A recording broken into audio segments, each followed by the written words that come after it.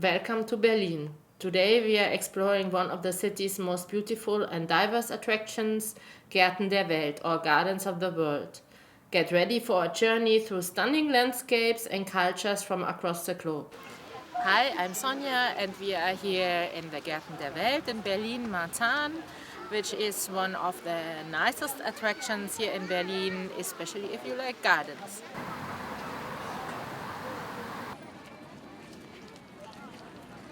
Here we are in the Oriental Garden in a very beautiful building around the garden.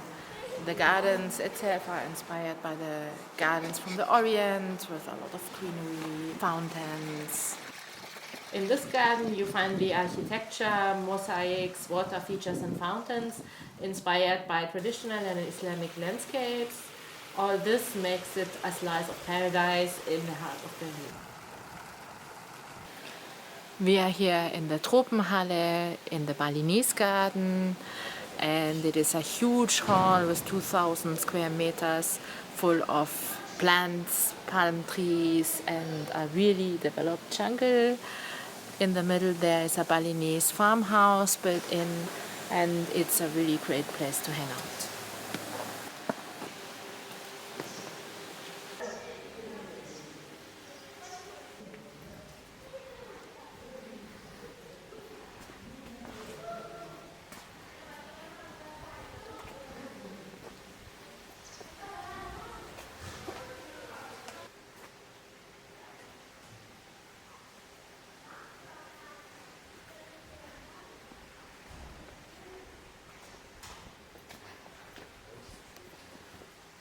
This is the Korean garden. It was a generous gift from the city of Seoul to the city of Berlin.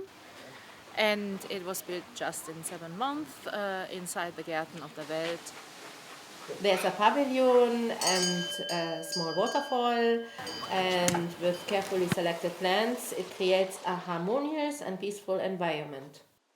Here we have the English garden with its picturesque flower beds and nice walking areas, and it's really a perfect place just for having a walk.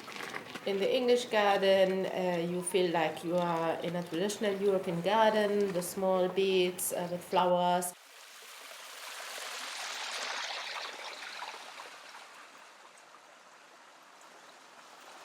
This is a Japanese garden. It's also called the Garden of the Emerging Waters because here are a lot of small rivers and water streams everywhere, and it is meant to be a fusion of traditional Japanese gardens with the European world.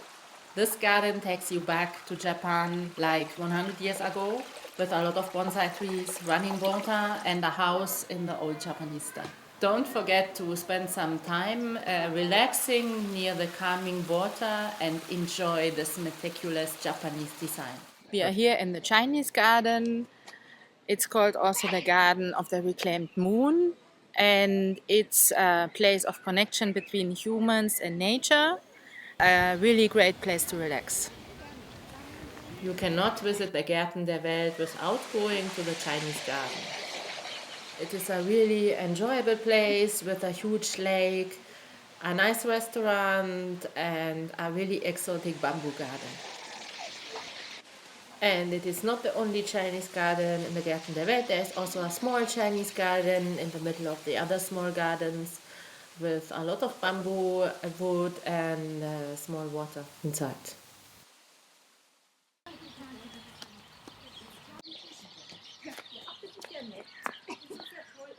We are here in the Italian Renaissance Garden, and it is designed to reflect the elegance and style of Italy. With its symmetrical design and classical sculptures, you really feel like you are strolling through a historic Italian countryside estate. We have covered only a few gardens now. There are also many more big gardens and many small gardens. Don't forget to visit at least some of the small gardens because they are very beautiful, and visit also other features of the park, like for example there are at least 2 big playgrounds, the cable car, for which it's also actually famous, and many nice green areas which are optimal for picnic. Thank you for watching, and if you like my content, don't forget to subscribe to my channel.